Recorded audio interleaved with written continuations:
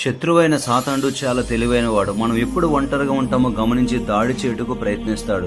ఇక్కడ ఈ వీడియో చూస్తే అడవి పిల్లి తన చిన్న పిల్లలతో ఆవాసాన్ని ఏర్పరచుకొని సంతోషంగా జీవిస్తుంది. వాటికి ఆహారం కోసం బయటికి ఎప్పుడైతే వెళ్ళిందో అవి ఒంటరిగా ఉండుట ర్యాటిల్స్ ని గమనించి ఆ పిల్లల వద్దకు వచ్చి ఒక పిల్లని కరిచి చంపి మృంగుటకు ప్రయత్నిస్తూ ఉన్నది. అలాంటి సమయంలో ఆ యొక్క పిల్లలు ఎంతగానో కేకలు వేస్తున్నటువంటి సమయంలో మరి వెంటనే అదుగో తల్లి క్యాట్ ఒక్కసారిగా ఆ స్నేక్ పై దాడి చేసి పాము కాటుకు గురైన తన పిల్లని మరి ఎంతగానో అది సంరక్షించడానికి ప్రయత్నం చేస్తూ ఉంది. చూడండి ఎంత బేకరగా అది పోరాడుతూ ఉందో. పోరాడుతూ మరి తన ప్రాణాలను కూడా లెక్కచేత ఆ పాము అలిసిపోయేంత వరకు చూడండి, ఆ పంజాతో కొడుతూ అలిసిపోయేంత వరకు కూడా మరి దానితో పోరాడుతూనే ఉంది. అసలు ఏమాత్రం కూడా తన ప్రయత్నాన్ని ఆపలేదు. ఆఖరికి ఆ స్నేక్ కి అర్థమైపోయింది, ఇక ఈ రోజు ఈ యొక్క క్యాట్ చేతిలో నా యొక్క చావు మూడే ఉంటది అని చెప్పి అనుకుంటున్న క్రమంలోనే ఆ యొక్క క్యాట్ చాలా తెలివిగా, చాలా స్పీడ్గా, షార్ప్గా దాని మీద దాడి చేస్తూనే ఉంది. దాడి చేస్తూ చూడండి, ఆ భీకరమైనటువంటి పోరాటంలో ఆ స్నేక్ను పట్టుకోవడం, ఆ స్నేక్తో పోరాడుతూ ఆ స్నేక్ని ఎలాగైనా సరే అంతమొందించడానికి అది ప్రయత్నం చేస్తూ ఉంది. కాబట్టి మన జీవితంలో కూడా ఆ విధంగా ప్రయత్నాన్ని మనం మానకూడదండి.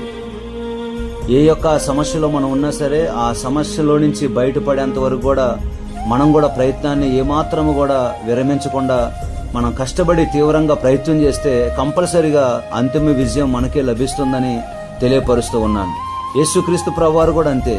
మరి ఆయన కూడా తన పిల్లల కోసం, తన పిల్లల క్షేమం కొరకు ఆయన కూడా అదే విధంగా పోరాటం చేస్తారు.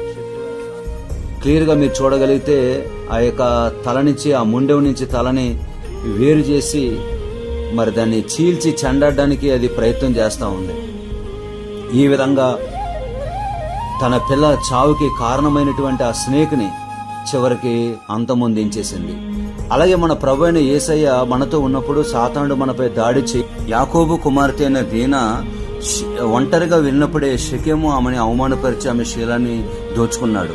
అలాగే ఇజ్రాయెల్ ప్రజలకి ఫిలిస్తీన్లకి యుద్ధం జరుగుతూ ఉండగా దావీదు ఒంటరిగా మేడ మీద ఉండబట్టే ఆ ఊర్య భార్య బెత్షెబా విషయంలో పాపంలో ఆయన పడిపోయినట్లుగా మనం గమనించగలుగుతున్నాం.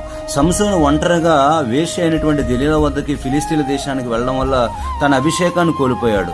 ఈ రోజున యవనస్తులుగా నీవు తల్లిదండ్రులకి, కుటుంబానికి దూరంగా, సేవకులకి, సంఘానికి దూరంగా ఒంటరిగా ఉండుటకు ఒకవేళ ప్రయత్నిస్తున్నావేమో, ఒంటరిగా తిరగాలని, ఒంటరిగా తినాలని, ఒంటరిగా ఉండాలని, ఒంటరిగా నా పనులు నేను చేసుకోవాలని ఆలోచిస్తున్నావేమో, ఒక్కసారి జ్ఞాపకం చేసుకొని సాతానుడు నీపై దాడి చేయకముందే, నీ జీవితాన్ని పాడు చేయకముందే ఈ రోజే ప్రభు వైపు నువ్వు తిరిగి, నాయనా నేనన్నడూ కూడా ఇంకా ఒంటరిగా ఉండను ప్రభువా, నీతోనే జీవిస్తానయ్యా అని ఈ రోజే నీ జీవితాన్ని ప్రభుకు సమర్పించుకో. తద్వారా దేవుని యొక్క దీవెనను నువ్వు పొందుకుంటావని ప్రేమతో మనవి చేస్తున్నాను. చిన్న ప్రార్థన చేస్తాను. పరిశుద్ధుడైన మా దేవా, నీకే స్తోత్రాలు, వందనాలయ్యా. ఇదిగో తండ్రి, ఒంటరితనం ఎంత భయంకరమైనదో, ఒంటరిగా ఉన్నప్పుడు సాతానుడు మాపై ఎలా దాడి చేస్తాడో అనేకమైన విషయాలు ప్రభా మేము చూసాము, ఆలకించాం నాయన. అయ్యా ఇదిగో తండ్రి, ఈ సమయంలో ప్రభా ఎవరెవరైతే అయ్యా యొక్క వీడియో చూశారో తండ్రి, యొక్క మాటలు విన్నారో ప్రతి వారు కూడా తండ్రి ఒంటరిగా ఉండకుండా మీతో కలిసి జీవించే జీవితాలు ప్రతి బిడ్డలకి మీరు అనుగ్రహించమని తండ్రి మీకే స్తోత్రాలు, వందనాలు చెల్లిస్తూ యేసు నామమున అడుగుచూ ప్రార్థన చేయించున్నాం మా పరమ తండ్రి. ఆమేన్.